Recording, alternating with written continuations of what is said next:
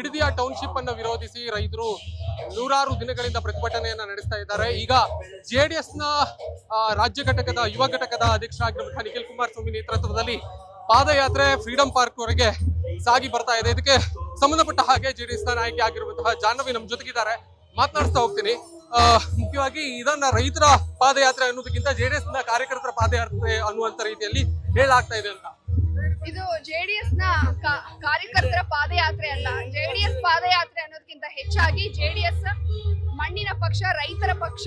So ಹಾಗಾಗಿ ಇಲ್ಲಿ ನಾವು ರೈತರ ಮಕ್ಕಳಾಗಿ, ಮಣ್ಣಿನ ಮಕ್ಕಳಾಗಿ ನಮ್ಮ ಕಾರ್ಯಕರ್ತರು, ನಾಯಕರು ಈ ಒಂದು ಪಾದಯಾತ್ರೆಯಲ್ಲಿ ಭಾಗಿಯಾಗಿರೋದು ವಿನಃ ಇದು ಜೆಡಿಎಸ್ ಕಾರ್ಯಕರ್ತರ ಪಾದಯಾತ್ರೆ ಅಂತ ಹೇಳಿ ಆಗದೆ ಇರೋರು, ಹೊಟ್ಟೆ ಉರಿ ಇರೋರು, ಸ್ವಲ್ಪ ನಡುಕ್ತಾ ಇರೋರು ಇದನ್ನ ಈ ರೀತಿ ಬಿಂಬಿಸ್ತಾ ಇದ್ದಾರೆ ಅಷ್ಟೇ. ಶಿಕಾರಿಪುರದಲ್ಲಿ ವಿಜಯೇಂದ್ರ ಅವರು ಕಾನ್ಫರೆನ್ಸ್ ಎಲ್ಲ ತಗೊಂಡವರೆಲ್ಲರೂ ಕೂಡ ಪಾದಯಾತ್ರೆಯಲ್ಲಿ ಭಾಗಿಯಾಗ್ತಿದ್ದಾರೆ ಅನ್ನುವಂಥದ್ದನ್ನ ಮಧು ಬಂಗಾರಪ್ಪನವರ ನೇತೃತ್ವದಲ್ಲಿ ನಡೆದಂತಹ ಅಧಿಕಾರಿಗಳ ಸಭೆಯಲ್ಲಿ ಮಾತನಾಡಿದ್ರು ಅಂತ.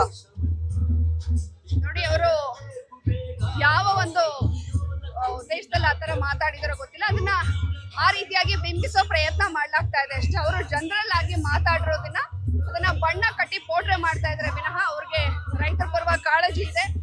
ಅದಕ್ಕೆ ಉದಾಹರಣೆಯಾಗಿ ಅವರು ಕೂಡ ಬಿಡದಿ ರೈತರ ಪರವಾಗಿ ಬಿಡದಿಯ ಹಲವಾರು ಹಳ್ಳಿಗಳಿಗೆ ಭೇಟಿ ಕೊಟ್ಟಿದ್ರು. ಆರ್ ಅಶೋಕ್ ಅವ್ರು ಇರ್ಬೋದು, ವಿಜಯೇಂದ್ರ ಅವ್ರು ಇರ್ಬೋದು.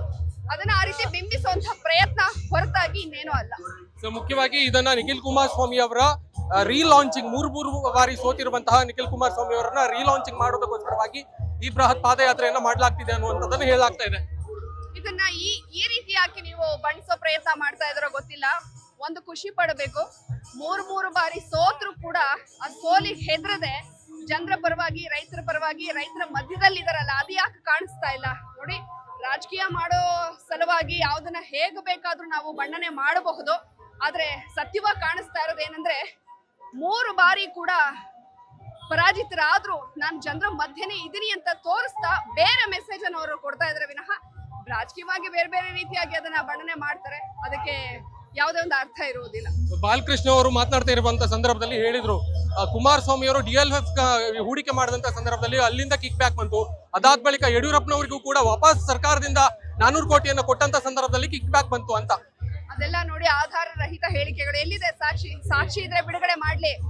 ಅದನ್ನು ಬಿಟ್ಟು ಸುಮ್ನೆ ಆಧಾರ ರಹಿತ ಹೇಳಿಕೆಗಳನ್ನ ಕೊಟ್ರೆ ಅದಕ್ಕೆ ಯಾವುದೇ ಒಂದು ಬೆಲೆ ಇರೋದಿಲ್ಲ. ಅವ್ರು ಆಲ್ರೆಡಿ ಬೆಲೆನ ಕಳ್ಕೊಂಡಿದ್ದಾರೆ.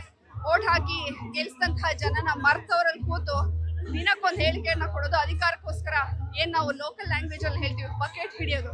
ಆ ಬಕೆಟ್ ಹಿಡಿಯೋ ಕೆಲಸದಲ್ಲಿ ಬ್ಯುಸಿ ಆಗಿರೋರ್ಗೆ ರೈತರ ಕಷ್ಟ ಏನ್ ಗೊತ್ತಿದೆ. ಅವ್ರು ಅದನ್ನ ಮುಂದುವರಿಸಿದ್ದಾರೆ. ಯಾಕಂದ್ರೆ ಅವರಷ್ಟು ಬಕೆಟ್ ಹಿಡಿದ ಫಲವಾಗಿ ಅವರಿಗೆ ಮಂತ್ರಿ ಸ್ಥಾನ ಸಿಗ್ತಲ್ಲ, ಅವ್ರು ಏನ್ ಅನ್ಕೊಂಡಿದ್ರು ಅದಾಯ್ತು. ಸೊ ಹಾಗಾಗಿ ಇನ್ನು ಅವ್ರ ಪರವಾಗಿ ಬ್ಯಾಟಿಂಗ್ ಅನ್ನ ಮುಂದುವರಿಸಿದ್ದಾರೆ. ಅವರಿಗೆ ಇಲ್ಲಿ ರೈತರ ಪರವಾಗಿ, ಜನರ ಪರವಾಗಿ ಕೆಲಸ ಮಾಡೋದಕ್ಕೆ ಮಂತ್ರಿ ಸ್ಥಾನ ಕೊಟ್ಟಿಲ್ಲ.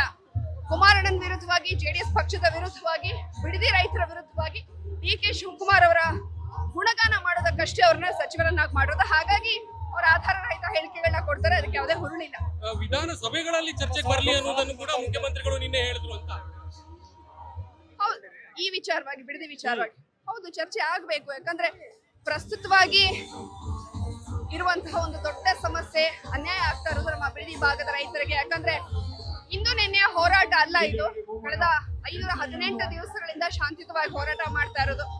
ಡೆಲ್ಲಿಯಲ್ಲಾಗುವಂತಹ ನೀಟ್ ಪ್ರತಿಭಟನೆ ಕಾಣಿಸುತ್ತೆ ಮಾನ್ಯ ಮುಖ್ಯಮಂತ್ರಿಗಳಿಗೆ. ಇಲ್ಲೇ ಹತ್ತಿರದ 20-30 ಕಿಲೋಮೀಟರ್ದಲ್ಲಿ ಇರುವಂತಹ ಬಿಡದಿ ರೈತರ ಕಷ್ಟ ಗೊತ್ತಾಗ್ತಾ ಇಲ್ವಾ? ಹಾಗಾಗಿ ಎಲ್ಲಿ ದನಿ ಎತ್ತಬೇಕು. ಹೌದು, ಸದನ ಇರೋದೇ, ಕಲಾಪ ನಡೆಯೋದೇ ನಮ್ಮ ರಾಜ್ಯದ ಜನರ ಸಮಸ್ಯೆಗಳೇನಿದೆ ಅದ್ರ ಬಗ್ಗೆ ಚರ್ಚೆ ಆಗೋದಕ್ಕೆ. ಖಂಡಿತವಾಗೂ ಚರ್ಚೆ ಆಗ್ಬೇಕು, ಬಹಳ ಎಫೆಕ್ಟಿವ್ ಆಗಿ, ಅಂದ್ರೆ ಪರಿಣಾಮಕಾರಿಯಾಗಿ ಚರ್ಚೆ ಆಗ್ಬೇಕು. ಇದಾಗಿತ್ತು ಜಾಹ್ನವಿ ಅವರ ಮಾತುಗಳು. ಕ್ಯಾಮರಾ ಪರ್ಸನ್ ಧನುಷ್ ಜೊತೆ ಶ್ರೀರಾಜ್ ಬಕ್ವಾಡಿ, ಬೆಂಗಳೂರು.